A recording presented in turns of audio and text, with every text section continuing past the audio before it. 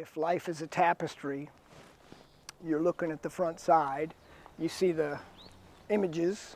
If you look at the back, you see all these colored threads, like that scarf I had on. You see all the colored threads that you don't know what they connect to. You turn it around and say, oh my God.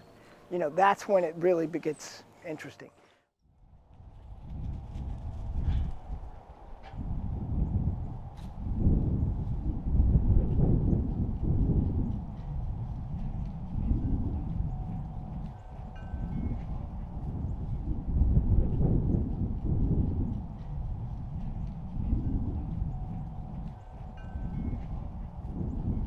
If you have no faith, how do you make that first line on a canvas? How do you pick up the first piece of whatever? You have to have faith. Faith is integral in everything that I do. When I'm at an ebb of faith, I can look around here and see all the positives of what faith became.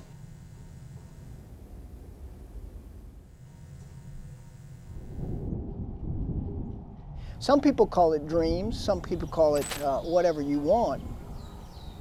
What we're trying to find is meaning, fundamental. What does success mean? Meaning in different phases of what we think of as a life well lived. The beauty of the quest of life is that this place, physical location, is a dream that became a reality. And you can kind of see the bits and pieces of some of the larger pieces like this. These pieces are part of what has grown to be a 20-foot tall sculpture. The body of it is. I've often thought of this place as kind of like a creative sandbox. Because I have enough space to have what I do. I can let my ego go, invite other people in, then whatever that thing is, whether it be a band party, a concert, a video, I don't have to drive it. I just have to kind of let it grow to its own. So much of that is stemmed out of just the love of people, the love of culture, the love of learning, and curious play. And so essentially, this is a foam armature that I've just begun the clay work. And so when I finish this, we'll go up to 9 feet. And then I'll make another armature for the larger scale and bronze.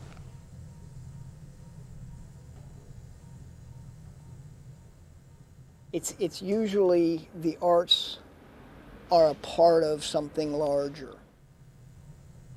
To me, it's always two. Art is about communication. Language communicates here and now. Art is part communication of the here and now, but it's also timeless. We could talk back in time because I'm echoing some of the things from the past to today and to the future, because most of what I'm doing is durable material, stone, bronze. These things last. Masonry, whatever it is, they tend to last. The stone is not the only dictation of the artistic direction. We don't think of everything right away. The light changes. Oh shit, look at that. So that's sculpture, that's art. That's a difference of craftsmanship, which you got to have a lot of craftsmanship, high level, but then you've also got to have that certain artistic, WTF, however you want to say, je ne sais quoi, whatever it is that you stop and say, oh, that's beautiful as it is.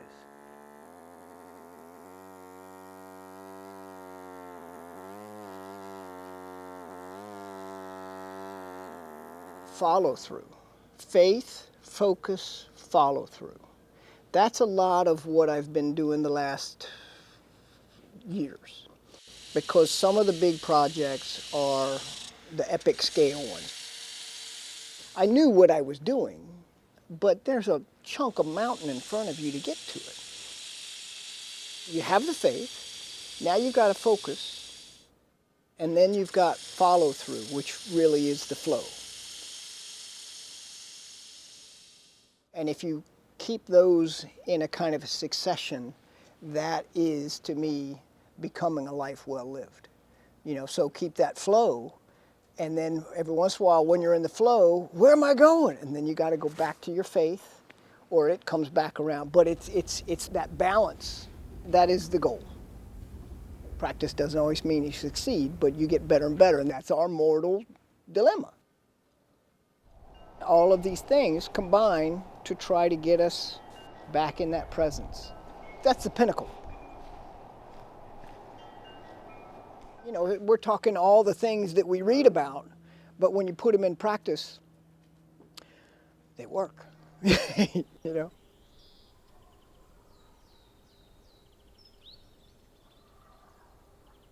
Let's take a drawing on a piece of paper. The piece of paper is black and white. It's white. The ink you draw is black. There's a contrast there, but they can work together. They have to work together. They are together.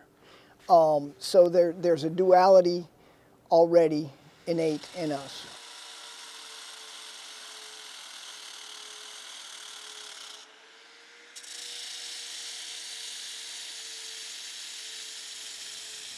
We're all in a journey.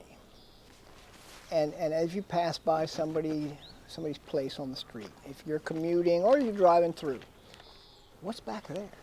What goes on there? It's the same with a person. What goes on in there? We never know what the other person is doing, experiencing, has experienced, coming from, going to. We just don't know. And if we can, and we try, you know, it's challenging, to be kind. You know, that's the first step. If you see somebody, I've done this. I've seen it done. I've done the opposite, and I've done what I'm about to say. It's like, choose to smile first. It changes. Not only yourself. You know, if you want to do it for selfish reasons, that's fine too, because it's not a selfish act.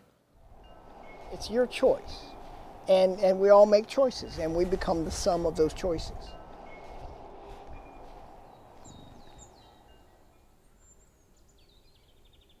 Right, who wrote Siddhartha? Herman Hesse. Read all his shit. It's all a glass bead game.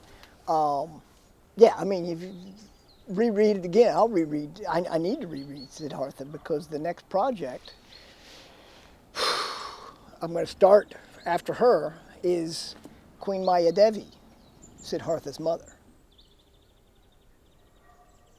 Yeah, no, that was great. Yeah, that was neat. And the light has moved just so.